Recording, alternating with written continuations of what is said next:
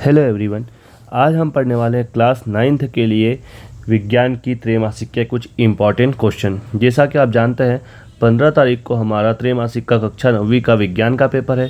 उसी के सिलसिले में हमने कुछ इम्पॉर्टेंट ऑब्जेक्टिव तैयार किए हैं और कुछ क्वेश्चंस भी तैयार किए हैं जो कि आपके त्रैमासिक परीक्षा के हिसाब से काफ़ी महत्वपूर्ण हैं। तो वीडियो के अंत तक बने रहिए जिससे कि आपकी एग्ज़ाम में काफ़ी हेल्प होगी। तो चलिए स्टार्ट करते हैं हम। जैसा कि आप स्क्रीन पर देख पा रहे हैं हमारे सामने पहला क्वेश्चन दिया गया है, सही विकल्प चुनकर उत्तर लिखिए। पहला हमें दिया है 2 या 2 से अधिक पदार्थों का सममांगी मिश्रण कहलाता है। जब 2 या 2 से अधिक पदार्थ को हम मिला देते हैं तो उनका जो मिश्रण बनता है उसे हम क्या कहते हैं। ऑप्शन हमारे पास है विलयन, यौगिक, विलायक या उपरोक्त में से कोई नहीं। तो इसके लिए हमारा करेक्ट ऑप्शन हो जाएगा विलयन। जब 2 या 2 से अधिक पदार्थों का सममांगी मिश्रण बोला है तो जब सममांगी मिश्रण हो तो उसे हम बोलते हैं विलयन। सममांगी मिश्रण मतलब पूरा पूरा घुल जाए। जैसे हम नमक और पानी को मिलाएंगे तो नमक पानी में पूरा पूरा घुल जाएगा, तो ऐसे मिश्रण को हम क्या बोलेंगे, सममांगी मिश्रण, और उसे हम क्या बोलते हैं, विलयन। सेकंड क्वेश्चन हमारे पास है विलयन का वह घटक जिसकी मात्रा दूसरे से अधिक होती है और जो दूसरे घटक को विलयन में मिलाता है उसे कहते हैं। तो जहाँ पे विलयन हम बना रहे हैं, विलयन में 2 चीज़ें होती है, आपको ध्यान रखना है। एक होता है विलायक, एक होता है विलेय। तो जिसकी मात्रा ज़्यादा होती है उसे हम विलायक बोलते हैं और जिसकी मात्रा कम होती है, जो घुल जाता है, उसे हम बोलते हैं विलेय। जैसे हमने उदाहरण लिया पानी और नमक का, तो यदि मेरे पास पानी और नमक है तो जो पानी यहाँ पे ज़्यादा है तो पानी हमारा विलायक हो जाएगा और जो नमक है वो क्या हो जाएगा, विलेय हो जाएंगे। और जब दोनों मिल गए तो इसको हम बोलते हैं विलयन। तो यहाँ पे हमें क्या बोला है, जिसकी मात्रा दूसरे से क्या हो, अधिक होती है। तो अधिक मात्रा किसकी होती है, तो अधिक मात्रा विलायक की होती है। तो यहाँ पे हमारा करेक्ट ऑप्शन क्या हो जाएगा, विलायक। यह हमारा करेक्ट ऑप्शन होगा। तीसरा क्वेश्चन हमें दिया है टिंकचर आयोडीन के विलयन में विलेय है। आयोडीन के विलयन में कौन विलेय है, तो इसमें एल्कोहल, आयोडीन, जल या उपरोक्त सभी। तो यहाँ पे हमारा करेक्ट ऑप्शन कौन सा हो जाएगा, तो यहाँ पे हो जाएगा हमारा करेक्ट ऑप्शन आयोडीन क्या होगा, विलेय होगा। चौथा क्वेश्चन हमें दिया है सोडा जल विलयन में विलेय होता है। सोडा जल विलयन में क्या विलेय होता है, तो सोडा बनाने में हम किसका उपयोग करते हैं, हम उपयोग करते हैं CO2 गैस का। तो CO2 और जल को मिलाया जाता है तो हमारा सोडा बनता है। तो जल हमारा विलायक होता है और हमें विलेय पूछा है तो विलेय क्या होगा, तो CO2 हमारा विलेय हो जाएगा। अगला क्वेश्चन नंबर 5 दिया है वायु एक विलयन है। वायु में क्या है, क्या क्या घुला होता है, तो वायु में 2 चीज़ें होती है, गैस और गैस। इसके अलावा गैस, द्रव गैस या द्रव का हवा में कुछ भी नहीं होता, सिर्फ क्या होता है, गैस और गैस। तो गैस में गैस का मिलाना ही हमारा क्या होता है, एक विलयन बनता है। कौन सा, वायु। तो यह हमारा ऑप्शन कौन सा करेक्ट हो जाएगा, ऑप्शन नंबर अ, 5वें का अ।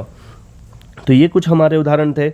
अगला क्वेश्चन हमारे पास दिया है निम्नलिखित शब्दों का एक शब्द में या वाक्य में उत्तर दीजिए। अगला हमारे पास है मिश्र धातु पीतल के घटकों के नाम लिखिए। अब पीतल के घटक क्या क्या हो जाएंगे, किससे मिलके पीतल बनता है, तो हमारा तांबा और जस्ता। तांबा और जस्ता इन दोनों से मिलके क्या बनता है, पीतल। तो पीतल के घटक क्या हो जाएंगे, तांबा और जस्ता। अगला हमें दिया है कोहरा, बादल एवं कुहासा में परिक्षेपण माध्यम क्या होता है। तो पहले तो हम ये समझेंगे कि परिक्षेपण माध्यम किसे बोलते हैं।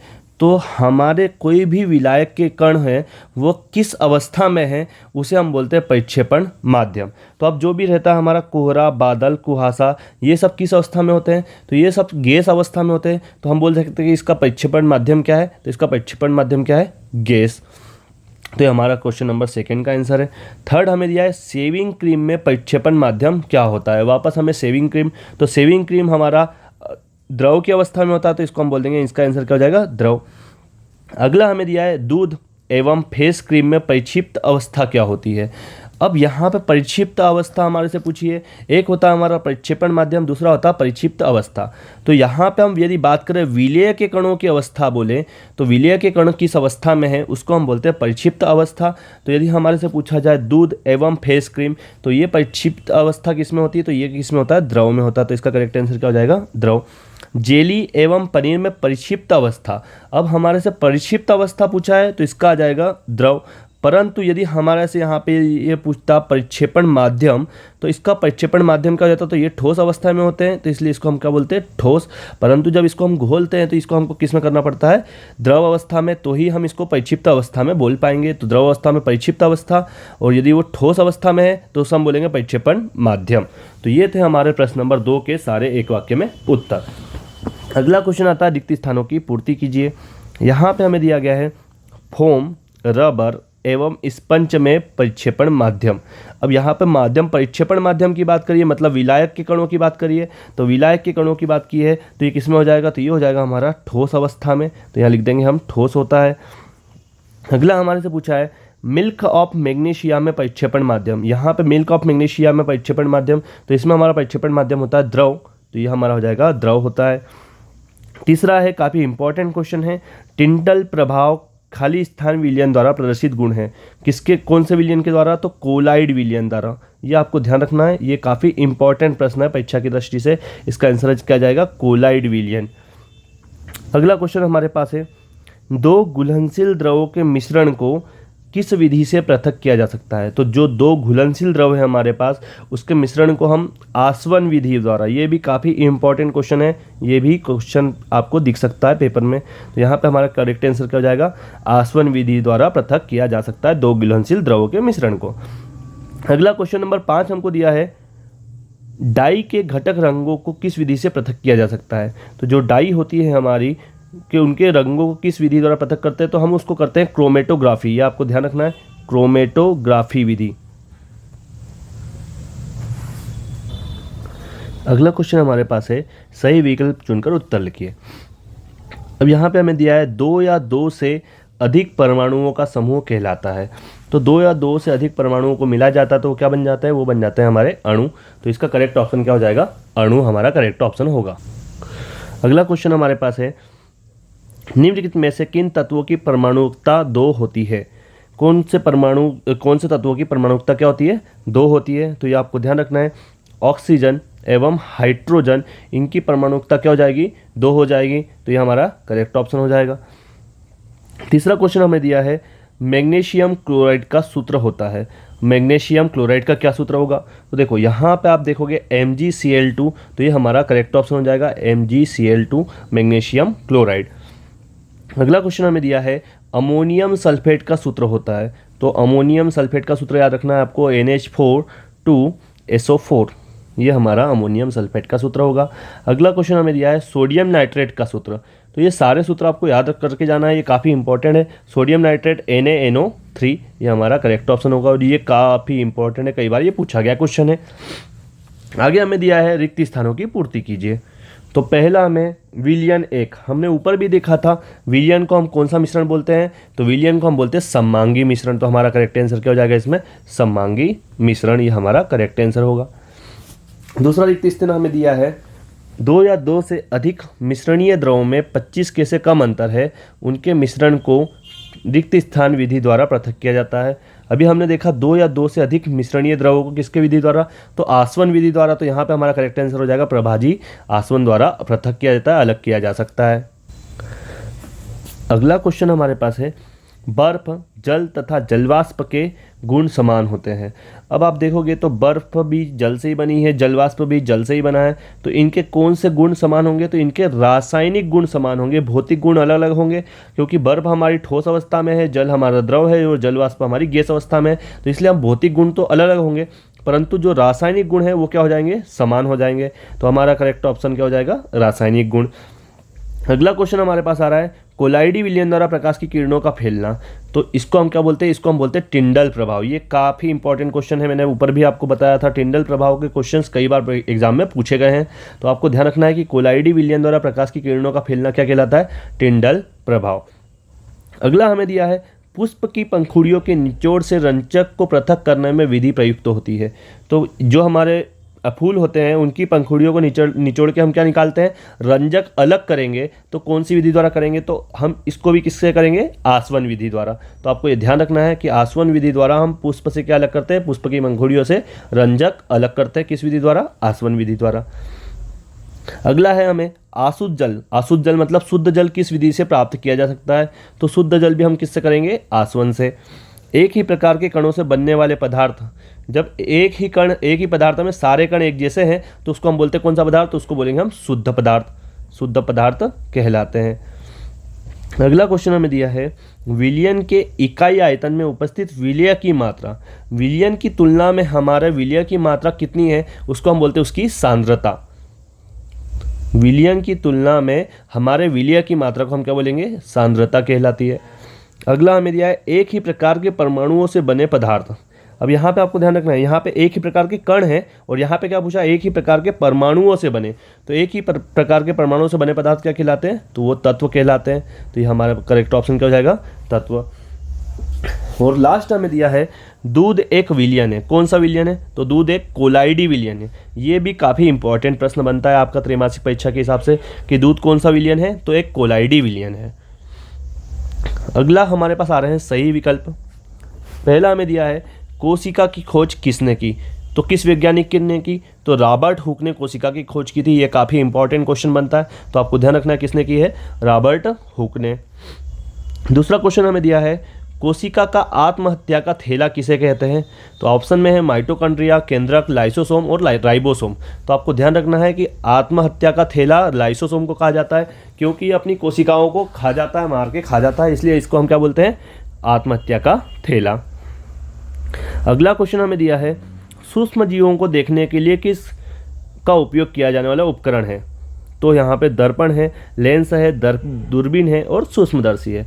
मतलब जो छोटी छोटी चीज़ों को हमको देखना है, जो हम अपनी आंखों से नहीं देख पाते हैं, तो उसके लिए हम किसका उपयोग करते हैं, उसके लिए हम करते हैं सूक्ष्मदर्शी का उपयोग। तो हमारा आंसर करेक्ट ऑप्शन क्या हो जाएगा, सूक्ष्मदर्शी। अगला क्वेश्चन हमें दिया है कोशिका झिल्ली बनी होती है। अब कोशिका झिल्ली किससे बनी है, तो हमारे पास ऑप्शन है लिपिड से, प्रोटीन से, लिपिड व प्रोटीन से कोई नहीं, तो यहाँ पे करेक्ट ऑप्शन हो जाएगा लिपिड व प्रोटीन से, ये हमारा करेक्ट ऑप्शन होगा। अगला क्वेश्चन हमारे पास है यदि किसी कोशिका को अति परासरणीय विलयन में रखा जाता है तो इसमें क्या परिवर्तन होगा। कोशिका को कहाँ रखना है, अति परासरणीय विलयन में, तो इसमें क्या हो जाएगी, कोशिका हमारी सिकुड़ जाती है, तो यहाँ पे करेक्ट ऑप्शन हो जाएगा सिकुड़ जाती है। यह हमारा प्रश्न नंबर 5 था। अगला क्वेश्चन हमारे पास आता है मानव शरीर में पाई जाने वाली कोशिकाएं होती है। कौन सी कोशिकाएं हमारे मानव शरीर में पाई जाती है, तो हमारे मानव शरीर में पाई जाती है यूकैरियोटिक कोशिकाएं। आपको ध्यान रखना है कौन सी कोशिकाएं हैं, यूकैरियोटिक कोशिकाएं मानव शरीर में पाई जाती है। अगला क्वेश्चन है पादपों की कोशिका भित्ति बनी होती है, तो ये किसकी बनी होती है, सेल्यूलोज की बनी होती है। ये काफ़ी इंपॉर्टेंट प्रश्न बनता है आपका त्रैमासिक परीक्षा के हिसाब से, ये आप बिल्कुल ध्यान रख के जाएँ। अगला क्वेश्चन हमारे पास दिया गया है एक कोशिका से 2 या अधिक कोशिकाओं का बनना कहलाता है। तो एक कोशिका थी, हमने उससे 2 या 2 से अधिक कोशिकाएं बन गई है, तो उसका हम बोलते हैं कोशिका का विभाजन हो गया है, कोशिका को बांट दी गई है। तो यहाँ पे करेक्ट ऑप्शन क्या हो जाएगा, हमारा कोशिका विभाजन। तो ये हमारे खाली स्थान थे। अब हम अगले चैप्टर के सही विकल्प पे आते हैं। अब हमें दिया है जिम्नोस्पर्म में पाए जाने वाला जल संवहन उत्तक है। अब जिम्नोस्पर्म में कौन सा जल संवहन उत्तक पाया जाता है, तो इसमें पाया जाता है वाहिका। तो हमारा करेक्ट ऑप्शन क्या हो जाएगा, वाहिका। अगला क्वेश्चन है ऐच्छिक पेशियाँ पाई जाती है। अब ऐच्छिक पेशियाँ कहाँ पाई जाती है, तो ऐच्छिक पेशियाँ हमारी पाद में पाई जाती है, तो ये क्या है, करेक्ट ऑप्शन हो जाएगा इसका पाद। अगला क्वेश्चन हमें दिया है तंत्रिका उत्तक का अभाव होता है। कहाँ पे हमारा तंत्रिका उत्तक नहीं होता है, तो मस्तिष्क, मेरुरज्जु, टेंडन और तंत्रिका। तो हमारा करेक्ट ऑप्शन हो जाएगा टेंडन में हमारे पास तंत्रिका उत्तक नहीं होता है।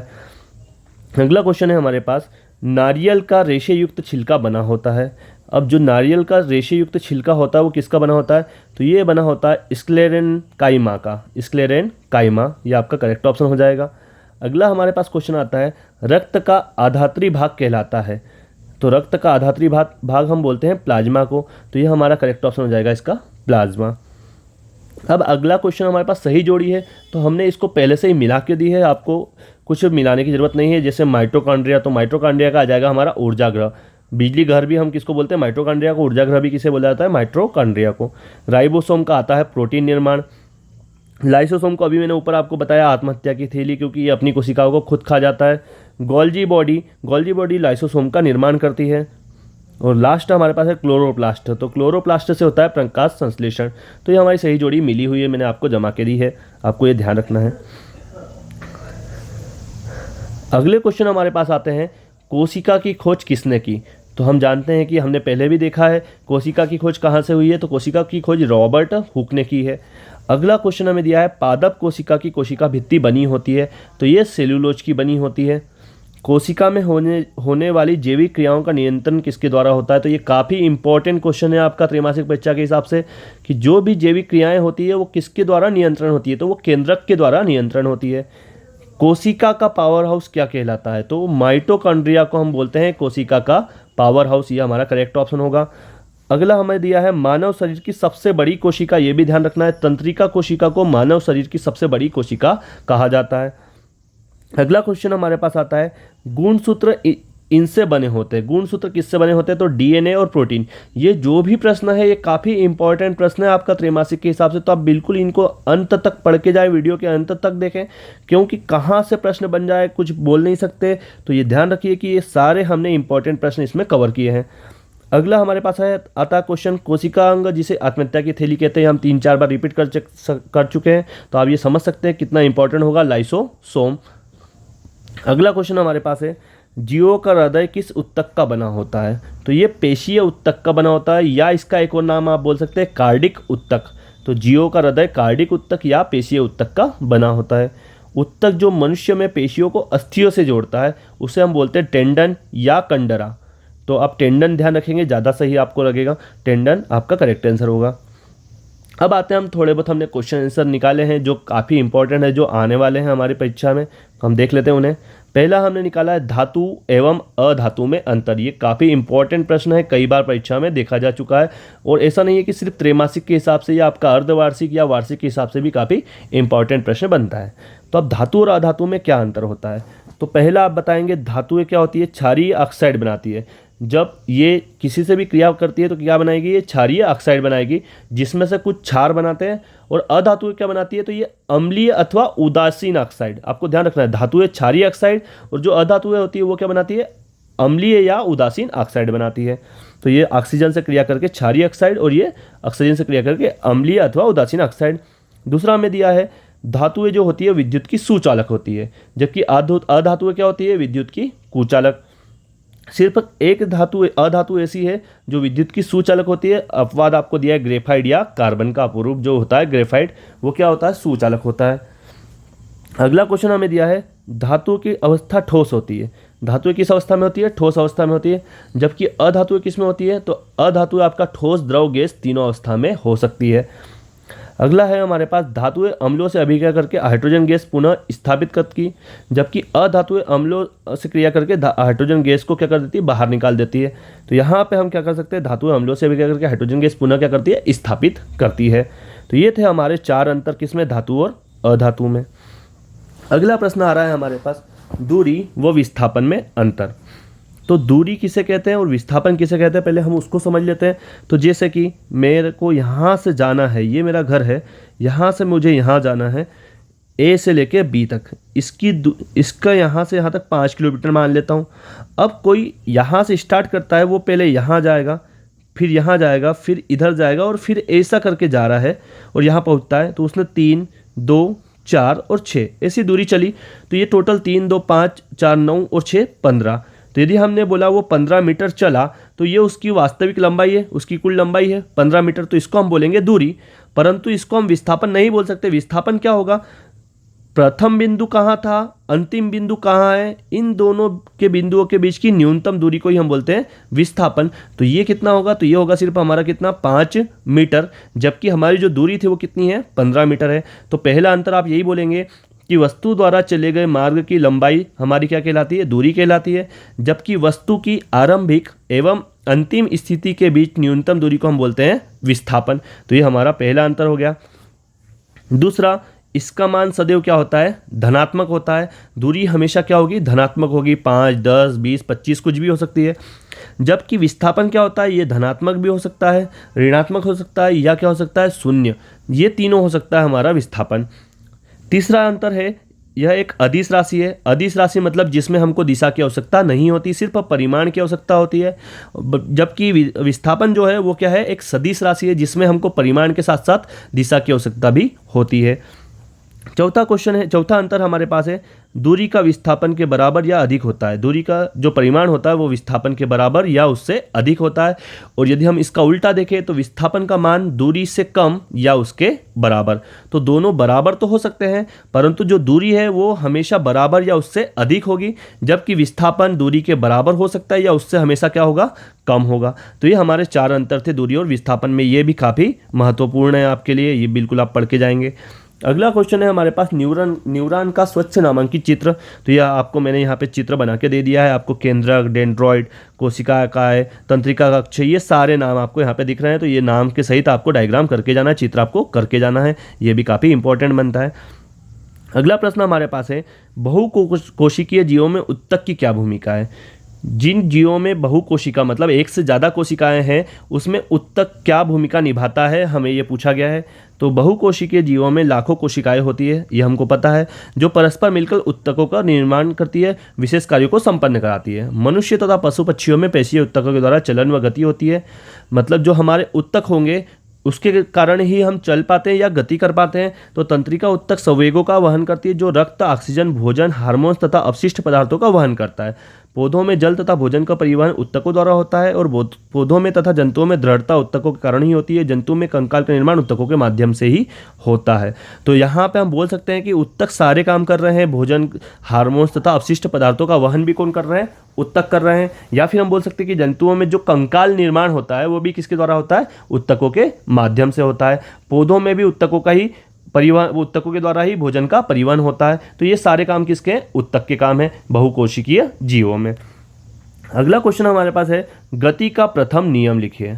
तो गति का प्रथम नियम ये है कि यदि कोई वस्तु स्थिर है तो वह स्थिर ही रहेगी, और यदि कोई वस्तु गतिशील है तो वह गतिशील उसी चाल से गतिशील रहेगी, उसी दिशा में गतिशील रहेगी। कब तक, जब तक कि उस पर हम बाह्य बल ना लगाए। जैसे आपके पास घर में आपके पास कोई भी कुर्सी पड़ी है, तो वो कुर्सी हमेशा पड़ी रहेगी, वो अपनी जगह से हिलेगी नहीं। कब तक, जब तक कि हम उस पर बल ना लगाए। तो यही नियम दिया गया है कि कोई वस्तु स्थिर है तो वो स्थिर ही रहती है, और कोई वस्तु गति कर रही है तो वो हमेशा गतिशील अवस्था में ही रहेगी, जब तक कि हम उस पर बाह्य बल ना लगाए। तो ये हमारा अगला इंपॉर्टेंट क्वेश्चन था। उसके बाद हमें दिया गया है संवेग संरक्षण का नियम लिखिए। ये काफ़ी इंपॉर्टेंट क्वेश्चन है, कई बार पूछा गया है। तो पहले तो हम समझते हैं संवेग क्या होता है। तो संवेग होता है हमारा द्रव्यमान गुणित वेग। तो यहाँ पे आप किसी भी वस्तु का द्रव्यमान हमेशा निश्चित होता है, उसका बदल क्या सकते हैं, वेग बदल सकते हैं। और वेग आप किस प्रकार से बदल सकते हैं, तो यदि हम किसी भी वस्तु पे हम फोर्स लगाएं, बल लगाएं, तो उसका वेग परिवर्तन किया जा सकता है। तो हमें पूछा है संवेग संरक्षण का नियम। तो हम ये बोलेंगे कि किन्हीं दो वस्तु के निकाय का कुल संवेग सुरक्षित रहता है जब तक कि उन पर कोई बाह्य बल ना लगाया जाए। तो वस्तु को आपसी टक्कर में इनका संवेग चाहे बदल जाए, पर दोनों के संवेग का योग नियत रहता है। मतलब आपके पास कोई दो वस्तु का निकाय बना हुआ है, उसमें जितना संवेग पहले होगा, टक्कर के बाद भी उतना संवेग होगा, उनका योग हमेशा क्या होगा, नियत होगा। तो उसे हम बोलेंगे संवेग संरक्षण का नियम। अगला है हमारे पास ऊर्जा का पावर हाउस किसे कहते हैं। तो ये ध्यान रखना है आपको, ऊर्जा का पावर हाउस माइटोकॉन्ड्रिया का कहते हैं, और हमने उसका चित्र भी बना दिया, उसमें क्या क्या होते हैं आप इसको याद कर लें। राइबोसोम किसका निर्माण करते हैं, तो राइबोसोम प्रोटीन का निर्माण करते हैं। काफ़ी इंपॉर्टेंट क्वेश्चन है। अगला हमारे पास है पादप व जंतु कोशिका का नामांकित चित्र। तो ये हमने पादप कोशिका का बनाया हुआ है, जंतु कोशिका का भी बनाया हुआ है। तो ये सारे आपके इंपॉर्टेंट क्वेश्चन हम इसमें कवर किए हैं। तो बिल्कुल आप इसको लास्ट तक पढ़ के जाएंगे, आप इसके सारे क्वेश्चंस कर लेंगे तो आपकी त्रैमासिक परीक्षा में कोई डिफिकल्टी नहीं आने वाली है। तो ये थे हमारे 9th के सारे इंपॉर्टेंट क्वेश्चंस जो कि हमने कवर किए हैं। इसमें आपको कुछ डाउट हो तो आप कमेंट सेक्शन में लिख सकते हैं, और अगले पेपर के वीडियो के लिए हमारे साथ जुड़े रहिए। तब तक के लिए थैंक यू सो मच।